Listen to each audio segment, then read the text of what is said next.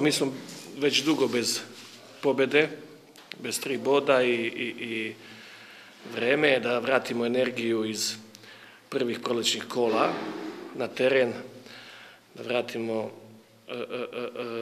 tu sposobnost i mentalnu istrajnost, da dođemo do važnih bodova, do pobjede i da vratimo stabilnost u ekipi.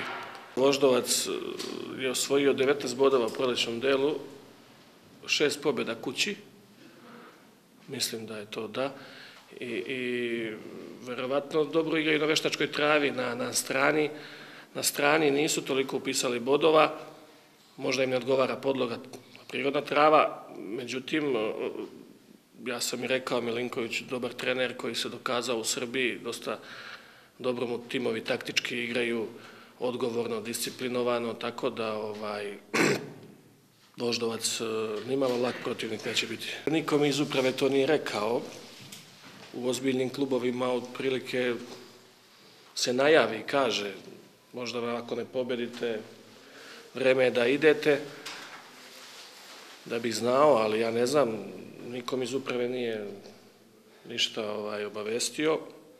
Naravno, ja sam i rekao, da ponovim, da treneri žive od bodova. Stvar uprave je da proceni koliko smo imali težak raspored i 2 jake utakmice, Partizan i Zvezdu.